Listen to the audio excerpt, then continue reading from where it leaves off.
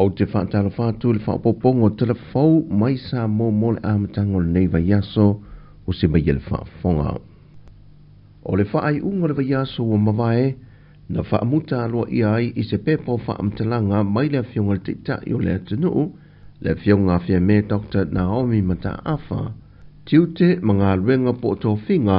o le sa avea ma minista o whaatu anga mawhainga whaiva. I le mai a tāpunia aloa ia i o le vea sa te talo mo ana pongi mtao sanga le atunuu sa tai muai whaurulunga o le atunuu. Na whaalau ilo mai ilo le fina ngalo ma le whai unga le fionga le tamai tai pānemia i se pepa o whaamtalanga. Ma o manino i le saunoanga le fionga le tamai tai pānemia tūlanga tau i le tūla whono ma le whaamsinonga peitai e iaia a fianga i tō finga whaale malo ma iainga i lalo o le tūla whono whaavaya le atunuu. I le pepa fo i o whaamtalanga o lo saunoa le tamai tai pānemia wa mai a ona wheilua i mana minista ma whaailoa i ai whiriwhiringa e lua e ao ona whiriwhiri ai o le whaamawai ma le whaamutau le tofinga. Na whaamanatu fo i fia me ilana pepo whaamtalanga o le tūsanga rua whese fulma le fitu au ave lava le fionga ia la auli ma minista o le fo i tofinga sa i e fo i mōrianga na whaasanga ia te ia peitai ina ua tā pāla na whaamawaenga e whaamawai le mata opule nei e leite lia ina ila na fionga i lana whaasila silanga na tuina i lunga o penga te wha i langi. Ia iai ni whaataltala noanga sa tuina mai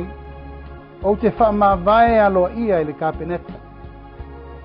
Eitai tautala ma le nganga whaaloalo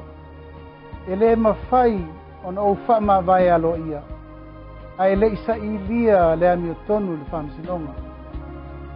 A whai lava e saule i unga le whaamsinonga o te sala o na sanga tonu lea o lau whaamawaenga. Eitai e le mawhai ona o whaamawae i se mea o lo ta oto ai le talitonunga o lo loto e mamaa au manei me uma. Ui o lea Samoa e u lava ina o le tauli maina le tusi aloa ia o le whai unga. Mai le fionga le tamaitai pālemia le whasisila atu ai o Otalia o Otalia ma le nganga whaaloalo ma le loto mawalalo le whai unga wa mai le so. Ai na whaamanino fo e le fionga le minista E le i whate ia fo ilo tangata ona sa o ta pena lava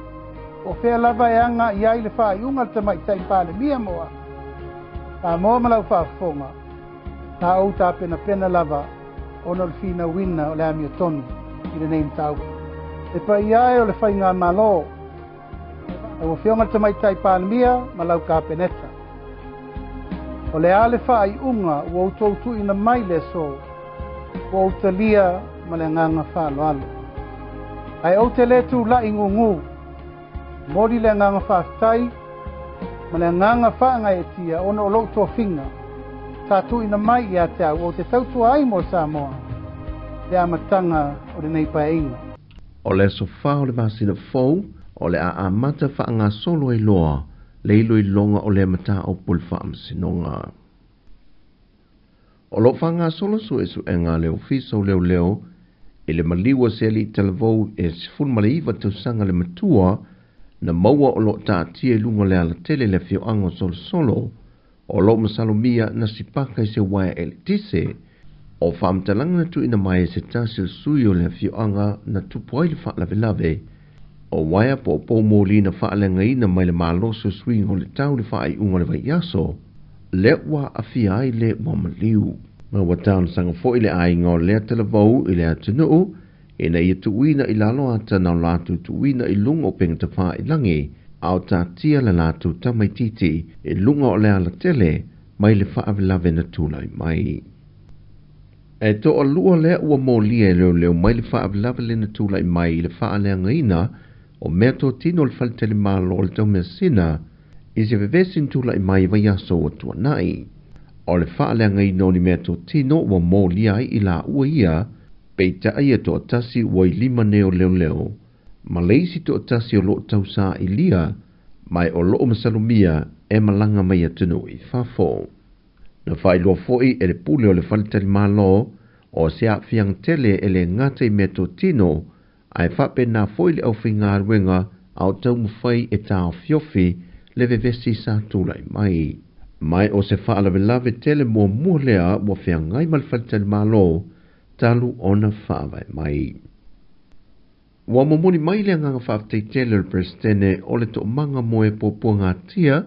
le tinaya sili niu Lina Chang mo ana pa anga uma o wo o company ma e kalesia ma tangata te tuatasi na whaeloa lo la taua nganga lo lofa i le tausanga uma vai lua whelua sa funma le wha. E ala i o loa ese whaapea foi tau mawha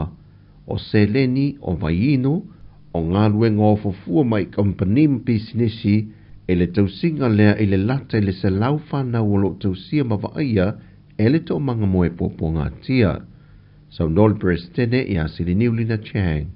e le o ngalo le lofa mai i le atunuu mahana pa anga. O tala fawia mai sa moa whaamanuia le tui fofanga o malafia ngai masio tātua tunuu le ni aso wha soifoia.